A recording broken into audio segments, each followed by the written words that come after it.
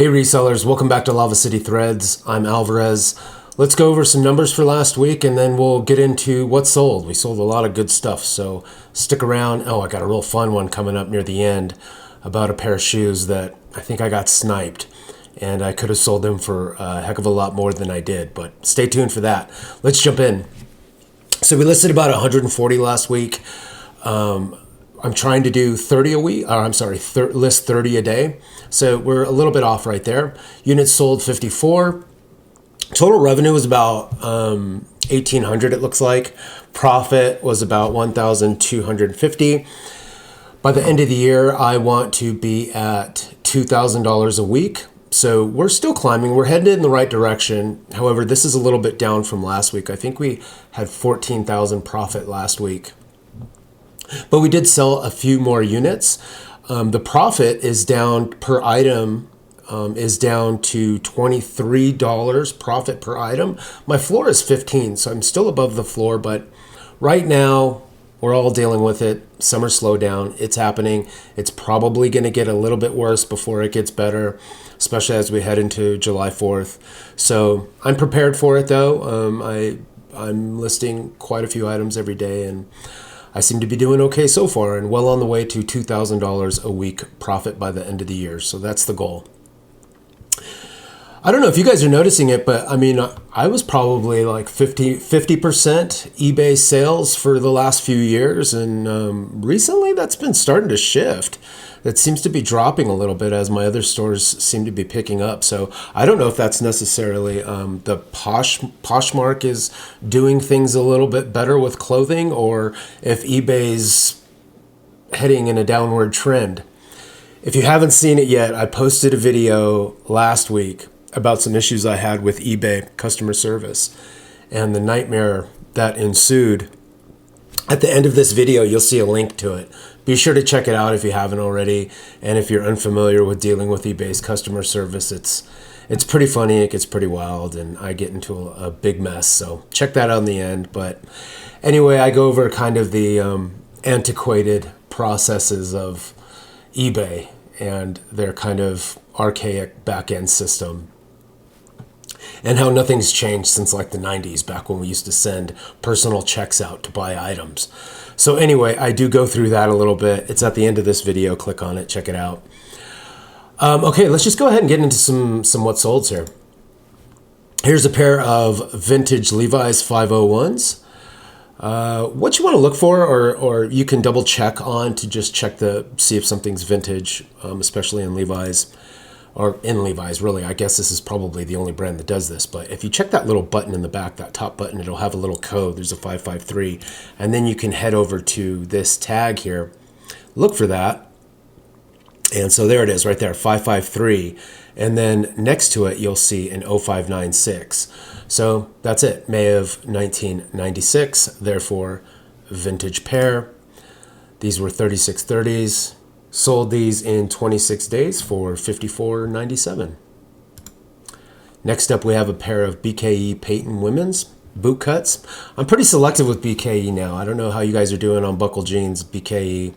Here's the tag right here. These are Peytons. I will pick up Peytons if they're affordable enough. My cost of goods right now, unless I note otherwise, is going to be $2 an item, which these are. I picked these up for $2. So I'll pick those up pretty much all day, and they will sell usually within a month. These sold within 6 days. Sale price for $25, so I did get asking over on Poshmark. Poshmark took me for about $5, so I walked with about $18. Again, my floor on profit is $15. So anyway, be careful with BKE. Make sure you're picking up the right ones. I'm always looking for that flare or that boot cut down here.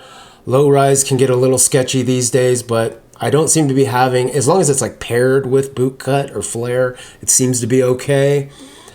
Be careful of something like low rise and slim, something like that. I'd probably stay away from that.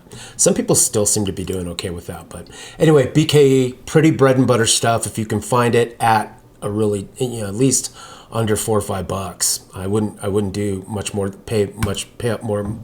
I wouldn't pay up much more than that. Okay. Next up, we have a vintage maxi dress, women's. This was a style-based pickup because I kind of like the geometric and floral pattern on it. I'm getting a little bit better at picking up style-based items. And I picked this up for $2. It sold in 28 days for $31.47. I had it on sale there for $34.97. Took a best offer for $31, especially if it's like a style-based pickup without tags designating the brand. Then I'll go ahead and I'll get rid of it in an offer if I can make a pretty nice penny on it. Next up, we just have a regular pair of Levi's 501, just some standard run-of-the-mill 501s here. I had them up for $28.97, sold them for $26.07. I usually collect a little bit more on shipping and handling, and so the buyer paid $8.81 for shipping, and then I purchased the label at $6.79. So made a buck or two there on shipping, and the cost of goods was $2, and profit was about $20 on that pair. Next up, I sold this Scotland.com full zip track jacket. And this was over on Depop, which is always nice, especially right now because I still think they have the free shipping thing going on. So we're just making a lot of profit over here on Depop right now. I think, yeah, in total, I spent $1.38 in fees to Depop. So I sold it for I took an offer on this. It was up for $32.97. Took an offer for $26, made $22 on it. And just a heads up, over the next few weeks, you'd want to get on this now if you want to, but try to grab country branded items that are in the current World Cup. So that's going on right now. So there's a little bit of hype around a lot of different teams or fans. So I'm just noticing a pickup in items that have certain countries on it. And there's a correlation between those countries and what's actually going on in the World Cup. So moving on to the next one. We got just a standard bread and butter L.L.Bean standard fit comfort stretch dock pants here. I like picking up L.L.Bean in certain styles, and especially right now with spring and summer, picking up some of their lighter stuff, I'll always grab that. And what I like about L.L.Bean, as I'm sure you do too, is that you can just type in the item ID and get a little bit more information on the piece before you pick it up, and then you can run comps on it. Sold in 32 days for a sale price of $26, so I got asking on that one. Next up, we have a pair of Harley-Davidson rain pants. These sold in 26 days for $40. I did get asking on that, and I think this gentleman bought two Harley-Davidson pieces. But I had mentioned this a couple weeks ago in another video about a big Harley-Davidson pickup I did at a recent estate sale. So you can go back a couple videos and check that out. Be sure to subscribe and like if you haven't already. I'll be doing this every week, going through all of what's sold. Here's the tag on that. Let's show you some tags. Tags there. And I'm still noticing right now that a lot of my rain stuff is still selling. So I do a lot of sourcing right now during these summer months, late spring, early summer months for the fall. Try to stay ahead of the game, right? So that way I have a lot of that ready to go, and I'm getting it at a lower cost of goods because it is hot and it is the summer. But I will take certain items out of that fall and winter collection that I'm saving to list now. And that will usually be things that are revolving around rain and wind, lighter items, like even lighter Columbia rain jackets, they'll go right now. But hold on to your thicker stuff, right? Your puffers and long trench coats, thick trench coats with double linings, things like that. Hold on to those until fall. List them in fall. Next up, we have the other Harley Davidson that sold, and that was the rain jacket. This rain jacket and the last rain pants sold in 26 days. The rain jacket sold for $59, pants sold for $40. Next up, we have this pretty cool pair of Dan Post cowboy boots. They didn't turn out to be vintage, but they were pretty cool. I really like the extra pattern here, and it kind of had this 3D rope effect going on the boots. So I've been doing pretty well on boots. If you run across them and you can get them for a pretty good price, be sure to pick them up. I usually get my boots for 10 or under, and these ones I picked up for $10. So picked up these damn posts for $10, sold them for $64, got asking after 15 days being listed, and made about $41 profit on that one. Here's what you're looking for here, damn post. But you'll notice in a lot of these, the kind of pull-on leather pieces that are located up at the top of the boot, that's usually where you will find Dan Post written on the inside of those. But sometimes I find they're gone. Like this one happens to be kind of inlaid, it looks like, but sometimes it'll just be printed right there on the leather, and those can come off. Make sure you're getting made in USA in there if you do see that. Let's see, and what you're always looking for are these codes here in most Western boots, so that way they become a little bit easier to find and research for you. So make sure you're looking on the inside of the leather for those. Next up, this was a pretty cool find, a pretty cool pickup. I was excited when I saw it because I knew right away it was one of those old Firebird tracksuits. These sell really, you will find comps for these upwards of like $150. I think I jumped into a more fair market value on these.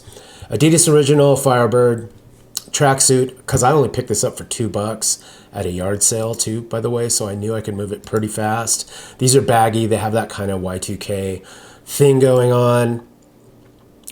Here's the tags here that you're looking for, and Adidas always has kind of a nice style tag in here with a date on it, so from 2023. But you'll find these Firebirds in different styles, not really different styles, different colors mostly. So make sure you guys are looking out for these. I'll find one once every couple quarters, so a couple times a year. So they're not everywhere, but and the biggest issue that you will find with these Firebird tracksuits is you don't find them together. So that's kind of the bonus here, is that I found these together. Usually you'll just find the pants or you'll just find the jacket, but she happened to have both for $2. Asked for 84, got 84. These sold in 2 days because I did go a little bit below market value on those. Walked away with about $63 from Poshmark. Next up is a brand I hadn't heard of. I don't even know what this is, but Fast House hoodie. It just looked cool, and it had a cool graphic on it, built for speed with some kind of interesting graphics here with the skull and so forth, and it just looked like something the kids would like. So moto, skate, pullover, sweatshirt, just make sure you get those keywords going on. You can look up Fast House. I didn't even comp it, I don't think. Didn't even look it up. So if you want to look up that brand and check it out, if you're into sell-through rates and all that good stuff, make sure you're looking that up next time you see it. And I think it sold pretty quick. Well, 21 days, not bad. Listed it for 30, got 30 on it. Walked away with $22. Next up, we got a fun one. I love these old vintage raincoats. I don't know how often you guys find them, but I try to pick them up whenever I can. Here's one of the originals down here in the bottom left corner, where you'll see it in this cool bag here. But this was translucent, but the problem is when you go to take out the background, it kind of includes the same part of my flat lay in the back. So you can't fully tell here, but I mentioned it up here. It's clear virgin vinyl. It's clear virgin vinyl, which is the way that they list it on the original packaging. But these are really cool. They just got kind of a cool 50s, 60s vibe. And if you're wearing something kind of neat and you want to wear it into the rain or whatever, it goes and it works. So listed this for $42.97, took an offer for $35, made $27.46, and it only took me 1 day. So who knows, maybe I got sniped there. I did get sniped, and it's coming up, so stick around, and I'm going to show you some shoes that I'm kicking myself for. No pun intended. Here we go. So here's Merrell Chameleons 3 ventilators. Merrell's where I'm at. I'm in Central Oregon. I mean, some of you aren't going to like this, but these are bread and butter for me. I pick up Merrells all the time. I've still got racks of them in my garage that still need to be taken care of and listed. But I get these just as much as some of you guys will pick up Ralph Lauren all day long. anything like that. So these become pretty bread and butter, and it's an awesome bread and butter to have. So whenever you find Merrells, be sure you look them up. Some sell better than others, of course, but you really can't go wrong with most Merrells if you can get them for a good price. I don't pick up shoes more than $5. I have an average cost of good for shoes at $3. So these are really nice ones, Chameleon 3s. Here's a tag here, and they will usually have information here that you can use when you're looking them up. These sold in 27 days for $44, so I did get asking on that. Made about 33 bucks over on Poshmark for those. Here's kind of a cool one. I pick up, again, I'm in Central Oregon, so we get a lot of hunters, a lot of fishermen up here. And when we have estate sales in some of our more rural areas,